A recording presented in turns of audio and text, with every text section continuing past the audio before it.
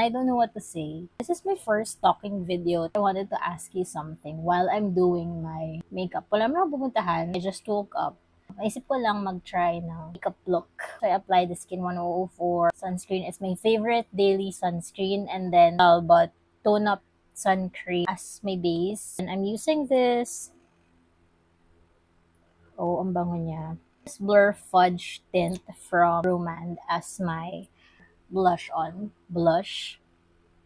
Oh, ang ganda.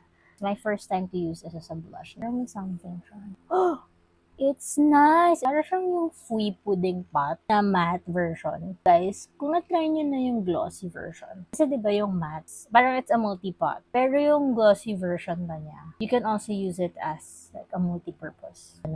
Oh, this is really nice. It's really blurring. So I'm not here to influence you not to buy the Fui. Pero if you already have the Romand, I think that's cheaper, yung Romand. Look at that. It looks so natural. Looks so natural nga ba? Masyadong kita kasi malabo yung mata ko, guys. Okay, lagyan natin kabila. May question naga ako sa inyo. How do you want unboxing videos? Do you like it straightforward unboxing ng products lang? Or bet nyo ba yung may reaction pa talaga? And you can see my reaction. I wanna try something new. What do you think? So let me know kung paano. Yun lang. I just wanna know.